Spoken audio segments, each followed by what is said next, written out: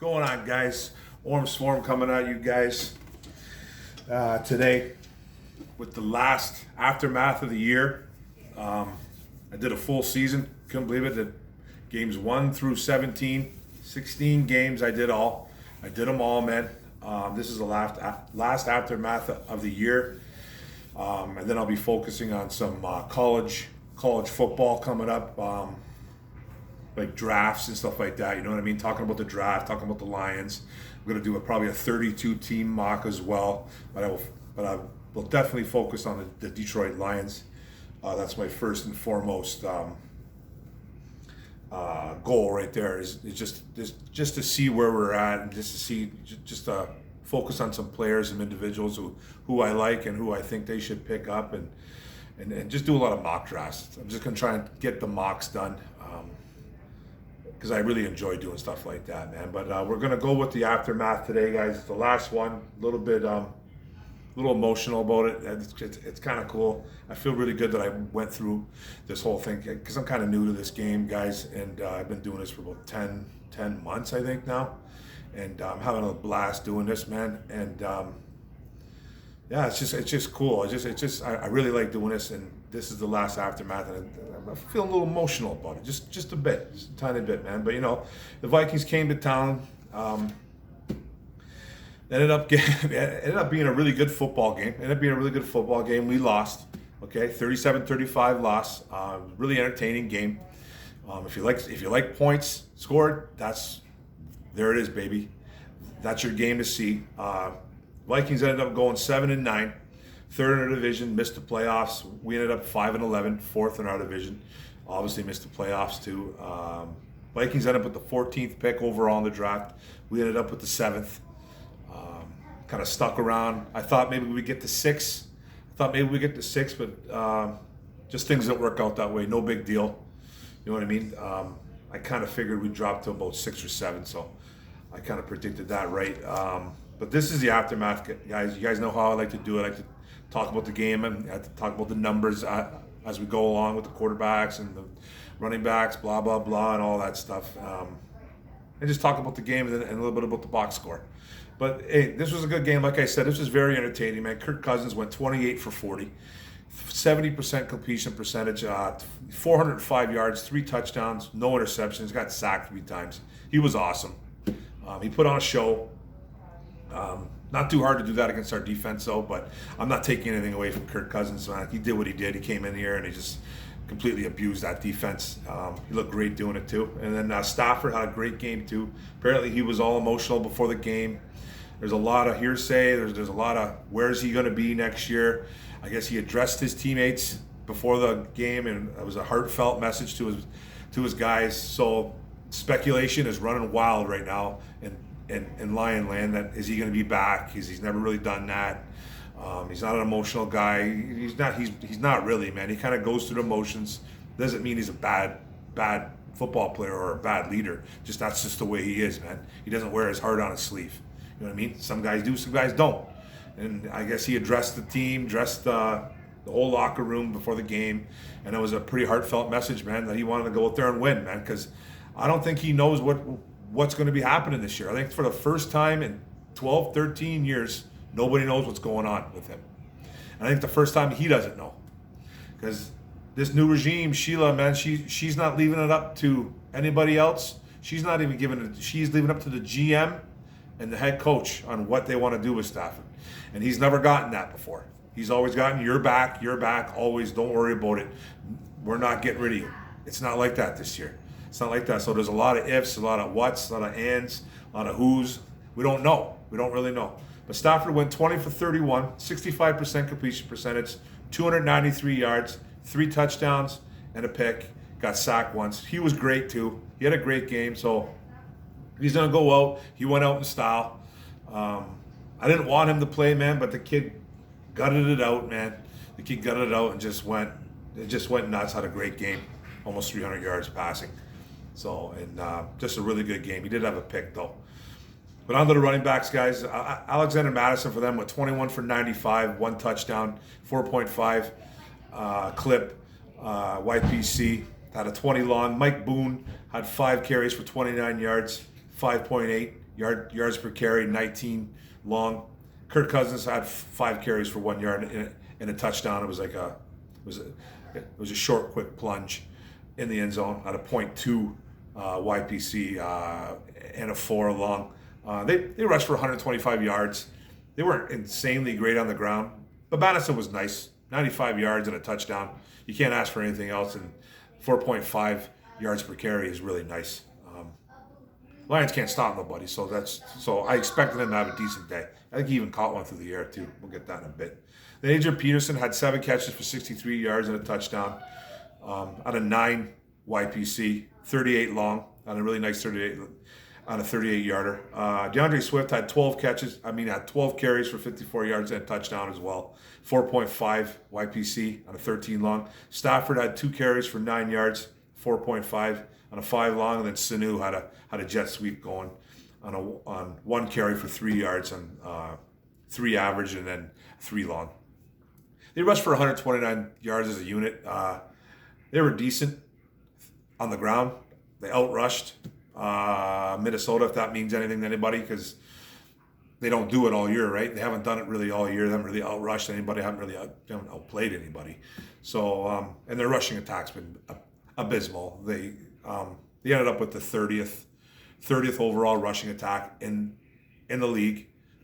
So, and you know what I mean? It's not a knock on Swift, not a knock on Peterson. It is a bit though, because those guys were supposed to be better, but it falls a lot on the O-line as well. Everyone's to blame for that. You know what I mean? They didn't run the ball well this year. They just didn't run the ball well this year. It has a lot to do with their defense too. It has a lot to do with their defense. When you're down by 10, 13, 14 points sometimes, run game kind of goes out the window. You know what I mean? It just kind of goes out the window, and then you just don't see it a lot, because we got some good ones. We got some really good running backs on this team. I don't care what anybody says. We really do. We're just gonna have to show it next year. We're gonna have to fix some problems. But on to the receiving, guys. Minnesota, Justin Jefferson had 9 catches for 133 yards, no touchdowns on 12 targets. Adam Thielen had 4 catches for 57 yards on 5 targets. Alexander Madison had 3 catches for 50 yards and a touchdown on 3 targets. Chad Beebe had 2 catches on 44 yards and a touchdown with a 40 long on 3 targets. The 1 touchdown catch he had, Kirk Cousins, it kind of looked like he was throwing the ball out of bounds.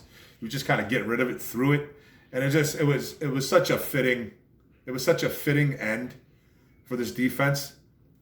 Oh, it wasn't the end of the game, but it was just a fitting end of the year. It was like Tracy Walker and who was it? Was it Walker and Will Harris? I forget who it was, man. It could have been Michael Ford. I forget.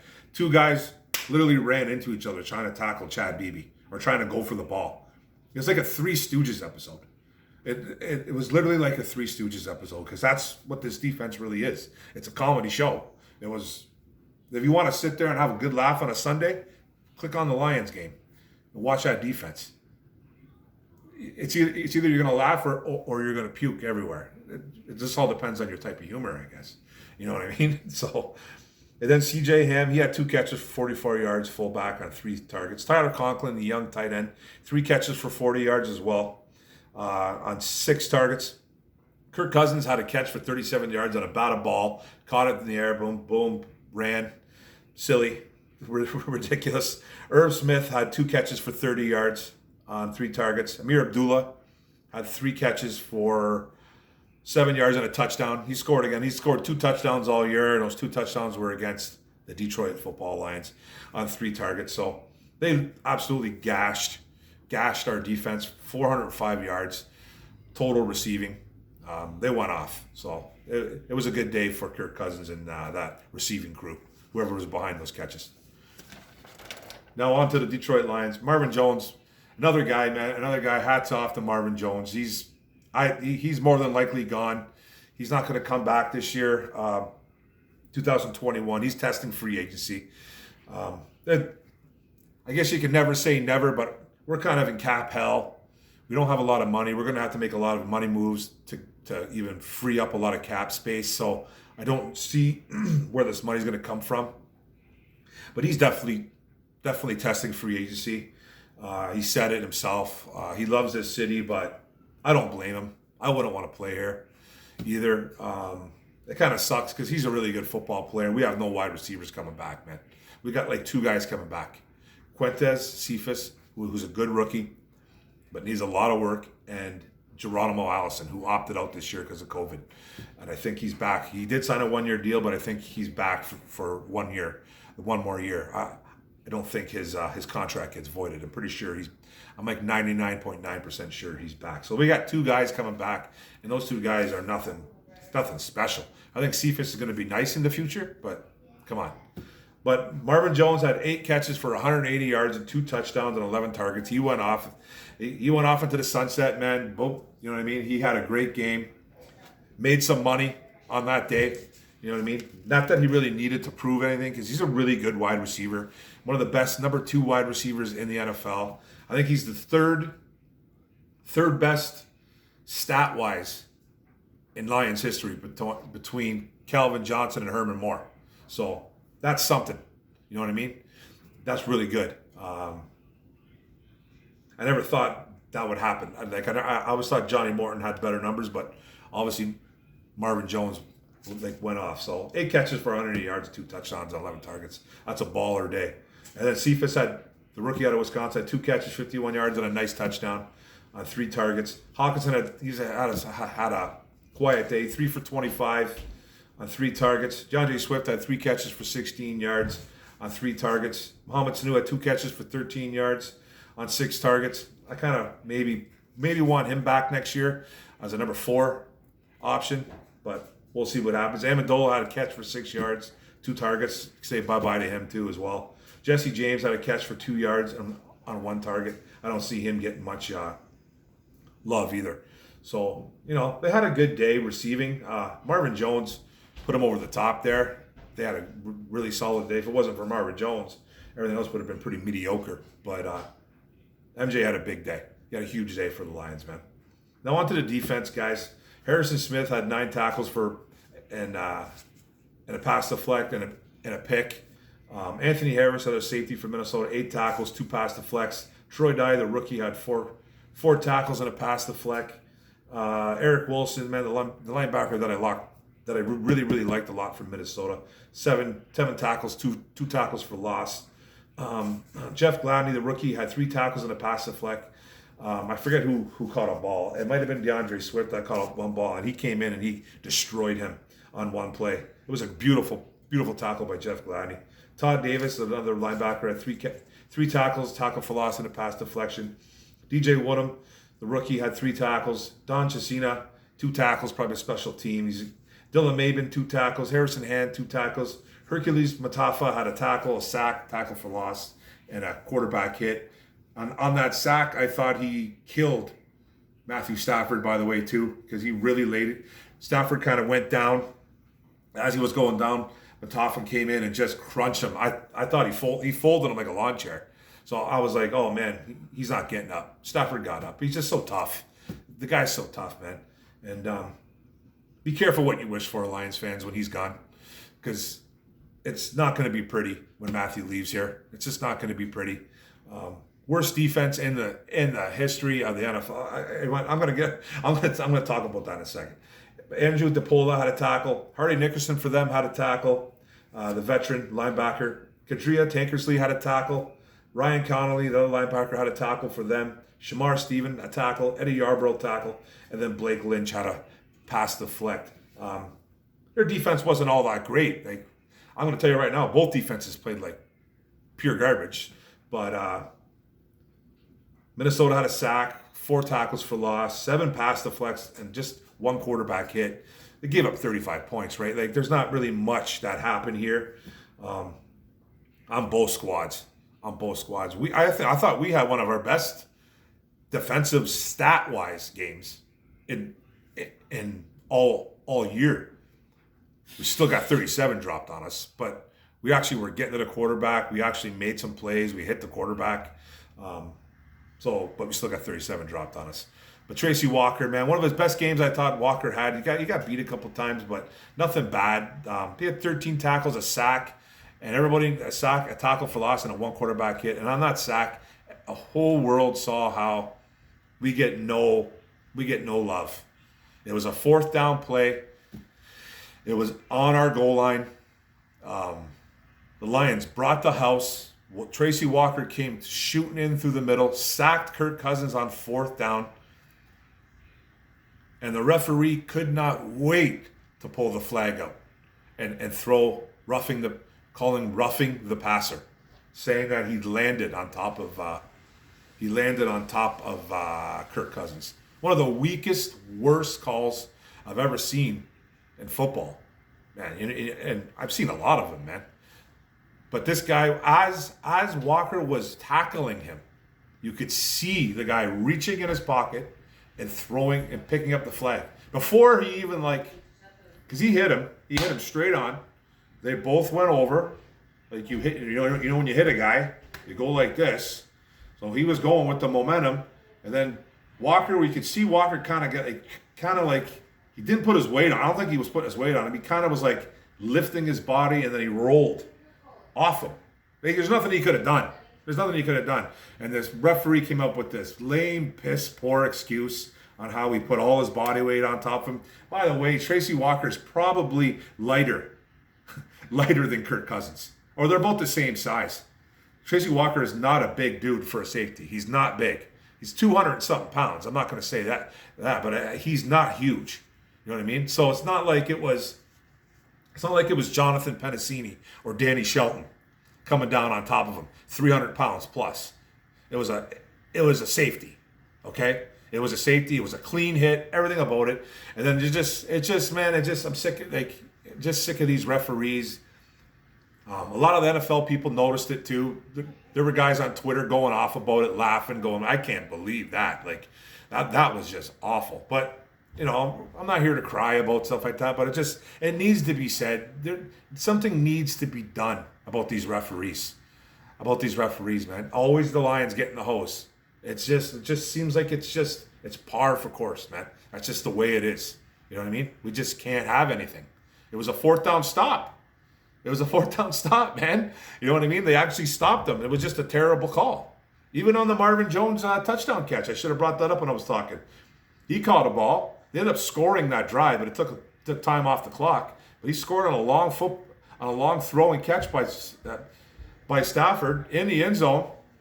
Had control, goal on the ground, elbow hit the ground, ball flies out, no catch. It was 100% a touchdown. It was 150. I think it was the same guy who made the call. The same ref. So whatever, man. But Tracy Walker had a really good day, man. He had a really good day, and it's just sad that they got to take stuff away from him. I think he still got the sack, but the roughing the passer stood. So, and then Jelani Tavai, he had 12 tackles, a tackle for loss, and 2 forced fumbles. They didn't get the ball back, but he was his best game as a Detroit Lion. I don't know where that came from. There's no way he even came close to 12 tackles all year in one single game. So he played best game of his career in his young career. So I don't know where that fire came from. I wish we would have seen that all year. You know what I mean? He had a great game. Stats wise, anyways. You know what I mean? And Deron Harmon 9 tackles in the pass deflect. Christian Jones had 5 tackles. Darryl Roberts had 5 tackles in the pass deflect. Amani O'Rourke 3 tackles. Kevin Strong had a good day. I thought they released him, but I guess they didn't. I think it was Frank Herron. I'm not really too sure, but it must have been Frank Herron. I thought it was Kevin Strong. He had 3 tackles, a sack, tackle for loss, and 2 quarterback hits. So he had a pretty good day for D tackle. Reggie Ragland, 3 tackles, a pass deflect. Eddie Griffin was quiet again, 2 tackles and a tackle for loss. And after that tackle for loss, I remember him yelling at the Minnesota sideline again. Give it a rest, bro. Mike Ford had 2 tackles. Jared Davis had 2 tackles and he had half a tackle for loss. Romeo had another good game. He had a sack, tackle for loss, 2 quarterback hits. He reached 10 sacks on the year. You're going to have to be paying him now. So you're going to have to be paying him regardless if he got that sack or not. But double-digit sacks, you're paying him a lot of money, Detroit. And I don't know where the money's coming from. They're going to have to make a lot of money moves, man. A lot of money moves. Marvin Jones had a tackle. I think it was on the pick that Stafford threw. Nick Williams had a tackle and a pass deflect. Justin Coleman a tackle. Danny Shelton tackle. Kabinda tackle, special teams. Will Harris, a tackle and a pass deflect. Jonathan Penasini was pretty quiet. He only had one tackle. Skipper had a tackle. Julian Akwara, I didn't hear or see much the whole game. I'm looking for him. He had one tackle. Don't even remember it. Austin Bryant had a pass deflect too. He had a ball right in his hands that they probably should have caught and scored. But I like to see him develop. I'm starting to like Austin Bryant. I'm starting to think that he's going to become a playmaker for this team because he's always on the cusp of doing something really good. You know what I mean? He's always right there. And I think this is really his first full year as a Detroit Lion, and I really like his upside. I really do, man. I hope they stick with him. I hope they don't cut him. I hope they stick with him, and I hope he balls out next year. Now on to the scoreboard, guy. It was an insane scoreboard, guys. First quarter, Marvin Jones had a beautiful long touchdown pass, 43 yards, made it 6-0, and a missed Prater extra point. Then Alexander Madison had a touchdown pass at 28 yards, made it 7-6 mini. Second quarter, Cephas got in the end zone for the Detroit Lions on a 20-yard touchdown pass. Real nice, thread the needle. Matthew Stafford made it 7-13 Detroit. Amir Abdullah then got a 4-yard pass. Kirk Cousins drove all the way down the field, made it 14-13 for Minnie. And then Detroit hit a field goal. Prater was kind of all over the place again. He hit a 54-yarder that made it 16-14 Detroit. And then Chad Beebe on that long touchdown on that ridiculous movie of the week, Three Stooges touchdown, 40-yard pass that Cousins just kind of lofted in the air and made it 21-16. It just made two Lions defenders look like fools. Then on the third quarter, guys, Marvin Jones with another 26-yarder, made it 23-21 Detroit. Alexander Madison then got right back on the board, made it 28-23 with a 2-yard plunge. And then Dan Bailey, he was all over the place too. He was missing extra points, missing field goals. He hit a 23-yarder, made it 31-23 Minnesota. And then Adrian Peterson had a 2-yard touchdown run, made it 31-29 for Minnesota still. Extra point missed by Prater. And then Cousins, like I said, had that 1-yard touchdown plunge. That's when Tracy Walker stopped him on the 4th down, got the bad call, got a fresh set of downs. Cousins just kind of did the Tom Brady, dove in, touchdown, Minnesota. Made it 37-29. And then Lions came back a little bit later on. Swift had a touchdown run of 2 yards. They missed the 2-point conversion. They missed it. So it was 37-35 Minnesota. Game, set, match. Lions never really got the ball back. If they did, they didn't get it. They obviously didn't get in field goal range. They couldn't do it. Lost the game by 2 points. Now, my whole thought on this game, guys, is I'm glad they came out on offense and balled. I'm really glad they did. Especially if this is Stafford's last hurrah. You know what I mean? It's probably Marvin Jones' last hurrah. But I've been following this really closely, obviously. You know what I mean? Because it's my team, and I have a YouTube channel, and I'm following this really closely. The more and more and more I read this, there's a lot of doubt he's coming back. There's a lot of doubt that Stafford's coming back. Now, I can't say. My opinion is I think he's coming back for at least one more year. I think he's going to, unless they get blown away by a trade scenario. Now, there's a lot of people out there, man. There's a lot of people out there that think that the Lions are going to get a ton of capital, draft capital for Stafford, okay? And I'm here to tell you that I don't think it's going to happen. It's just a gut feeling. Listen, I love Stafford. I'm the biggest Stafford supporter going to a fault at times. There's times where I shouldn't be probably protecting him as much as I do. But I protect this guy like he's my kid. You know what I mean? I just do. I don't know what it is, man. I think he's a really good quarterback. Okay, guys? I think he's one of the toughest SOBs I've ever seen play the game at that position. Bar none. He's one of the toughest, if not the toughest, that I've ever seen. He's just, he takes a licking and keeps on kicking. You know what I mean? Takes a licking, keeps on ticking, man. So it's just, this team is just so bad. This team is just so bad that I'd like to see him go. I just like to see him go, man. I'd like to see him go and go to a winner. Because or word has it that he's not ready for a rebuild. He's not sitting around for a rebuild. He doesn't want to come back and if they're completely rebuilding, he doesn't want to do any of that stuff. That's the rumor. I haven't heard it from his mouth. I haven't read anything from him about saying that, but that's the consensus that he doesn't want to come back and do that. He definitely says he's like, I got 2 years on my deal. I'm going to play it out. Whatever these guys want to do with me, they can do with me. Rumor has it he's not asking for a trade, which I find surprising. I really do. But he wants to win here. He wants to win for the fans. And you go draft a quarterback, fine. Okay? Go draft a quarterback, fine. Just like I've said a few times during the year, be careful what you wish for, Lions fans. You have to be real careful about it because a new guy's not coming in here and taking over and all of a sudden magically all the problems are gone. It's not going to happen like that. It's not going to happen like that. Not with this defense. Historically, the worst defense in Lions history. They broke records on most yards and most points against. Records.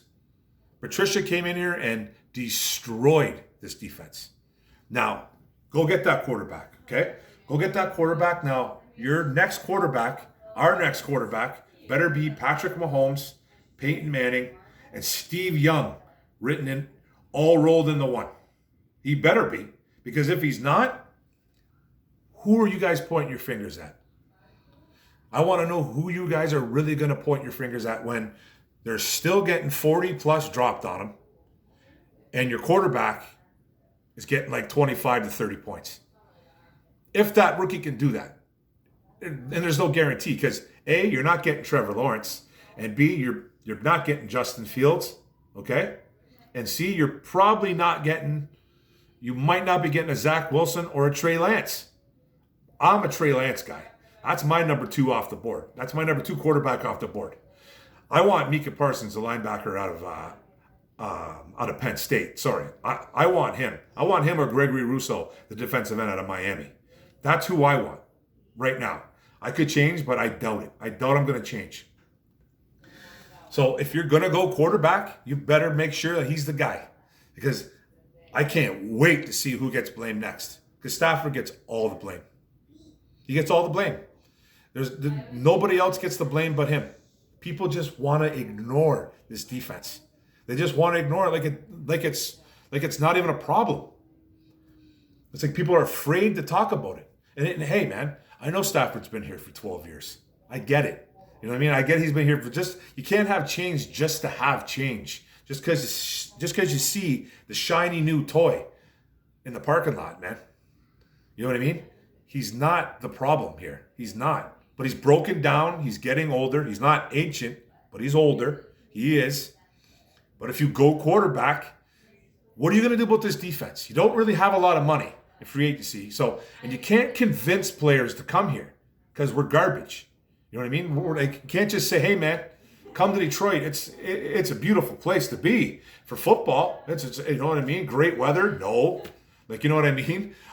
Too hot in the summer, freezing in the winter. You know what I mean?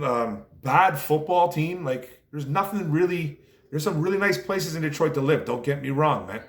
But it's not a destination for free agents, especially good football players. So I don't know what you guys are gonna do, man. I don't know what this team is gonna do.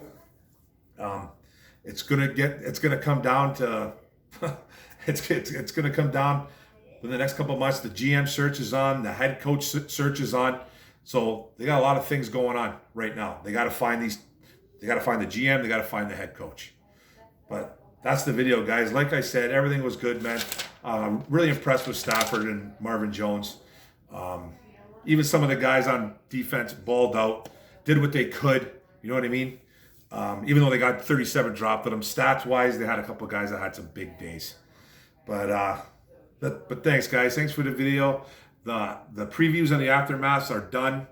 For the year. Now I'm going to concentrate on college football and draft and all that stuff and see who we're going to pick and the head coach and GM. All right, thanks, guys. Don't forget to hit the like and subscribe. Hit that notification, hit the all button, and like and comment, because that's what it's all about. Boom.